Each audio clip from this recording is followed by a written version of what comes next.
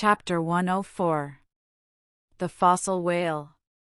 From his mighty bulk the whale affords a most congenial theme whereon to enlarge, amplify, and generally expatiate.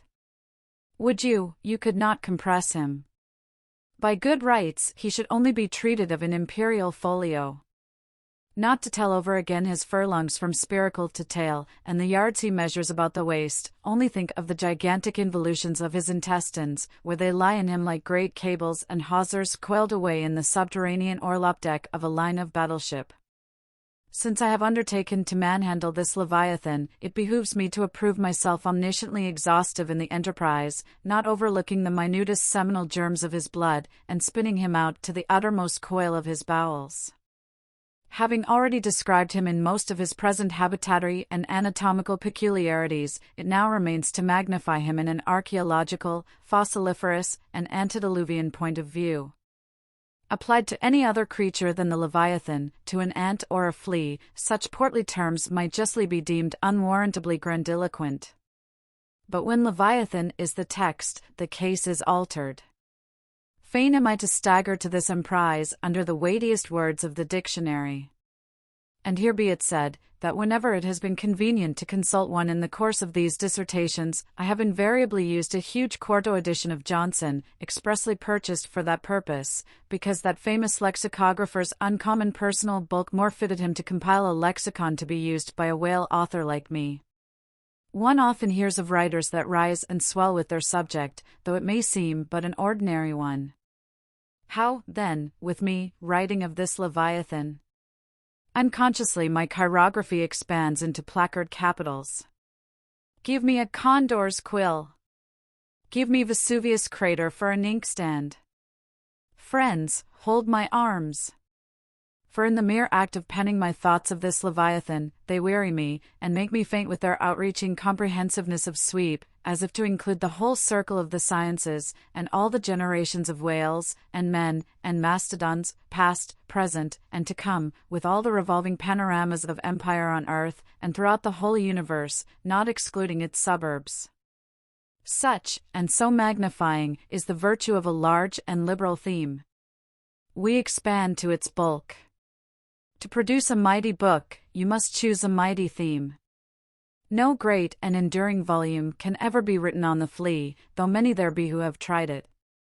Ere entering upon the subject of fossil whales, I present my credentials as a geologist, by stating that in my miscellaneous time I have been a stonemason, and also a great digger of ditches, canals and wells, wine vaults, cellars, and cisterns of all sorts. Likewise, by way of preliminary, I desire to remind the reader that while in the earlier geological strata there are found the fossils of monsters now almost completely extinct, the subsequent relics discovered in what are called the tertiary formations seem the connecting, or at any rate intercepted links, between the antichronical creatures and those whose remote posterity are said to have entered the ark. All the fossil whales hitherto discovered belong to the tertiary period, which is the last preceding the superficial formations.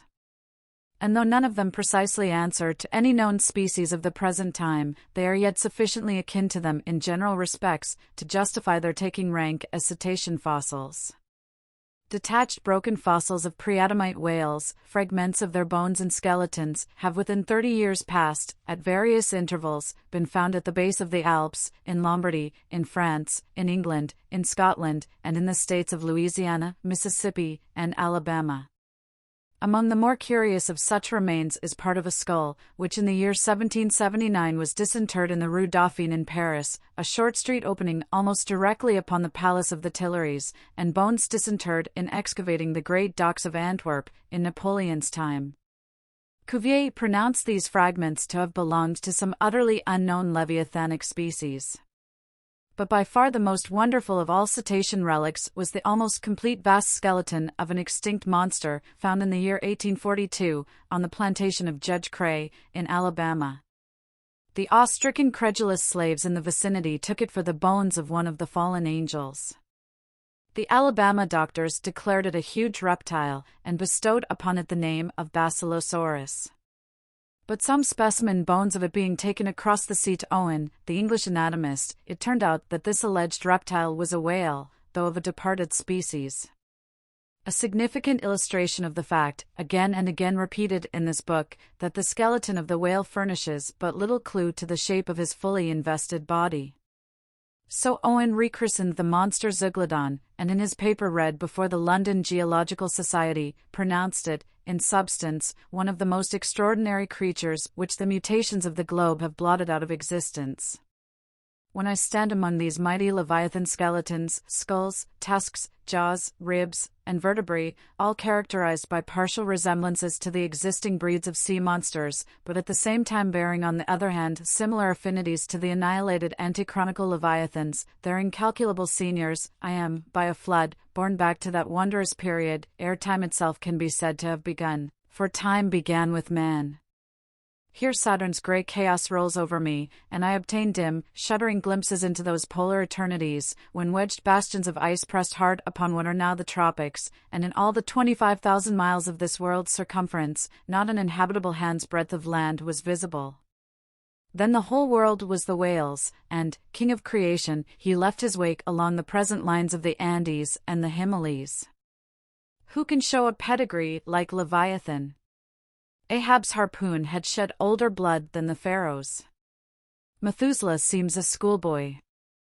I look round to shake hands with Shem. I am horror-struck at this anti-Mosaic, unsourced existence of the unspeakable terrors of the whale, which, having been before all time, must needs exist after all humane ages are over. But not alone has this Leviathan left his pre-Adamite traces in the stereotype plates of nature, and in limestone and marl bequeathed his ancient bust, but upon Egyptian tablets, whose antiquity seems to claim for them an almost fossiliferous character, we find the unmistakable print of his fin.